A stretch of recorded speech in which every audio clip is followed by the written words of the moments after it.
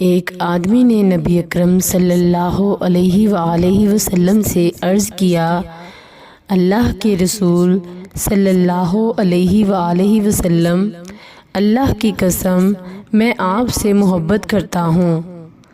آپ صلی اللہ علیہ وآلہ وسلم نے فرمایا، جو کہہ رہے ہو اس کے بارے میں سوچ سمجھ لو۔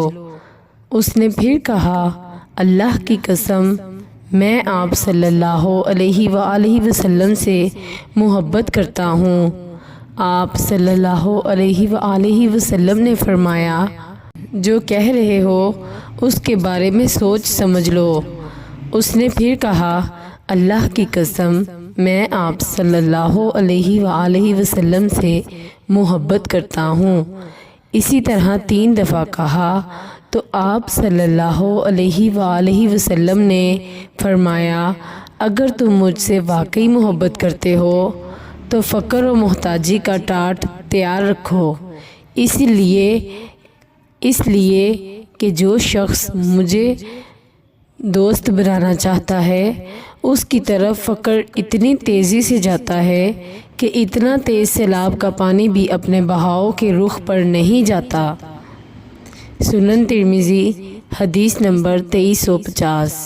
رسول اللہ صلی اللہ علیہ وآلہ وسلم نے دعا کی۔ ترجمہ: یا اللہ، مجھے مسکینی کی حالت میں زندہ رکھ اور مسکینی کی حالت میں وفات دے، اور قیامت کے روز مسکینوں کے زمرے میں اٹھا۔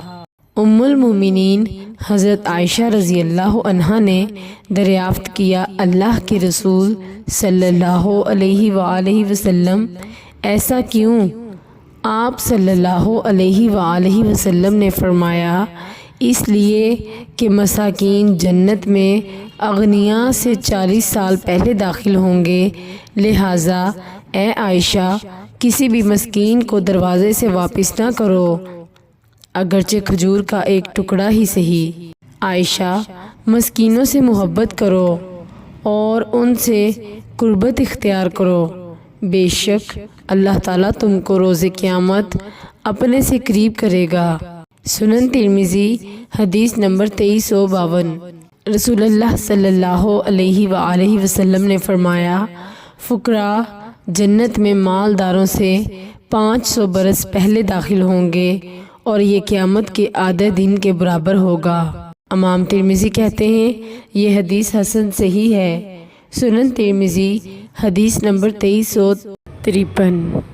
رسول اللہ صلی اللہ علیہ وآلہ وسلم نے فرمایا، مہاجر فقراء جنت میں مالدار مہاجر سے 500 سال پہلے داخل ہوں گے۔ امام ترمذی کہتے ہیں یہ حدیث اسی سند سے حسن غریب ہے۔ اس باب میں ابو ہریرہ، عبداللہ بن عمر اور جابر رضی اللہ عنہم سے بھی احادیث آئی ہیں۔ سنن ترمذی حدیث نمبر 2351۔